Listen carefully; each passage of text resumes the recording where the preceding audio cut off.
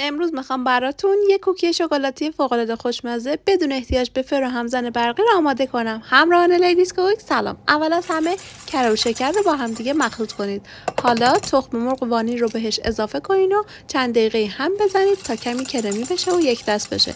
بعد هم پودر کاکائو رو بهش اضافه کنین و مخلوطش کنید. حالا باید آرد و بیکینگ پودر رو هم طی چند مرحله کم کم به مواد اضافه کنید و همش بذارید تا خمیری وسط ظرف جمع بشه.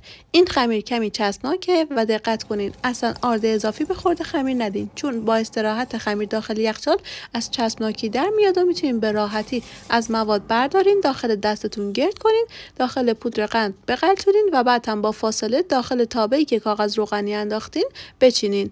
در تابه رو با دمکنی بپوشونین و روی شعله پخش کنی که از قبل گرم کردین به مدت 20 دقیقه با شعله کم اجازه بدین تا پخته بشه. امیدوارم که دوست داشته باشین و کانال لیدیز کوک رو سابسکرایب کنین. ممنونم.